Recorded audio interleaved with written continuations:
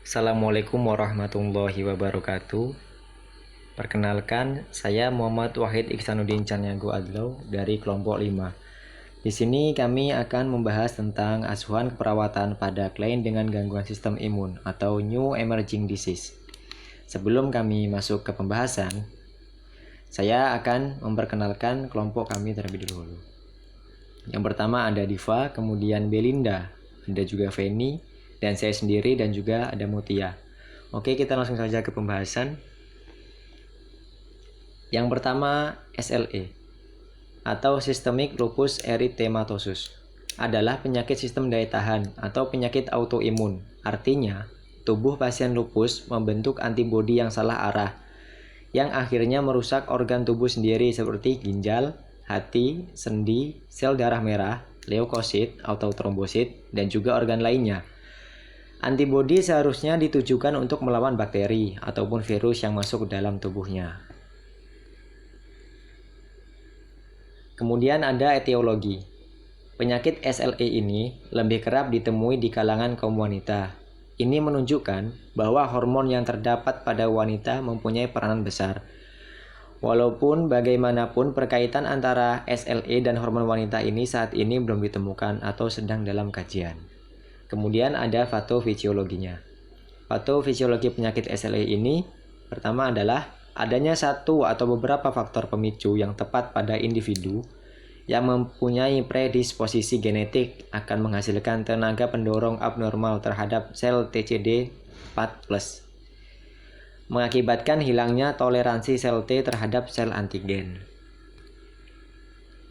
Kemudian ada gejala klinis. Gejala klinis pada setiap penderita berlainan, serta ditandai oleh masa bebas kegejala atau disebut dengan masa remisi, dan masa kekambuhan atau eksaserbasi. Pada awal penyakit, lupus hanya menyerang satu organ, tetapi di kemudian hari akan melibatkan organ lainnya jika penyakit ini belum diatasi. Kemudian biasanya yang diserang ini di sistem skeletal ini ada artaligya, kemudian ada arteritis atau sinovitis, kemudian ada pembengkakan sendi, nyeri tekan dan rasa nyeri ketika bergerak, dan juga rasa kaku pada pagi hari. Kemudian di sistem integumen atau di kulitnya ada lesi akut pada kulit yang terdiri atas ruam berbentuk kupu-kupu yang melintang pangkal hidung serta pipi, dan ulkus oral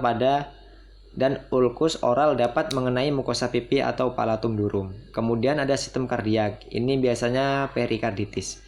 Kemudian ada sistem pernapasan, itu ada pleuritis atau efusi pleura. Kemudian kembali lagi ke sistem vaskular.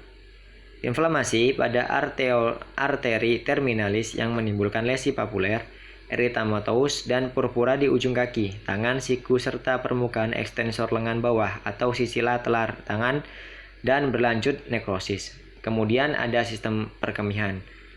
Glomerulus renal yang biasanya terkena.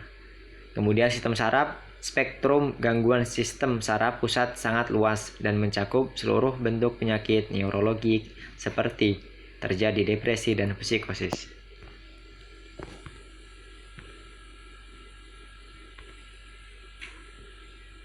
Kemudian ada pemeriksaan diagnosis.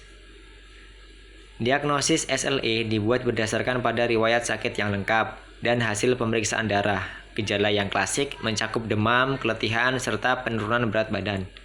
Dan kemungkinan pula arteritis atau pleuritis dan perikarditis. Pemeriksaan serum itu meliputi 1. Anemia sedang hingga berat, trombositopenia, leukositosis atau leukopenia, dan antibodi antinukleus yang positif. Tes imunologi diagnosis lainnya mendukung tapi tidak memastikan diagnosis SLE tersebut. Kemudian penata laksanaan. Yang pertama, pemberian kortikosteroid atau prednison 1-2 mg per hari sampai dengan 6 bulan postpartum. Kemudian ada metilprednisolon 1000 mg per 24 jam dengan pulse steroid selama 3 hari. Jika membaik dilakukan tapering off. Kemudian ada pemberian AINS atau aspirin 80 mg per hari sampai 2 minggu sebelum tapering off. Kemudian yang ketiga, pemberian imunosupresan atau azathiopirin 2-3 mg per oral.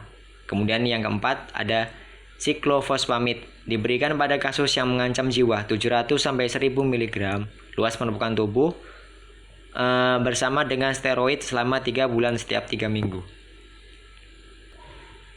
Kemudian masuk di pengkajian penyakit SLE ini pada pasien. Pertama itu adalah anamnesis.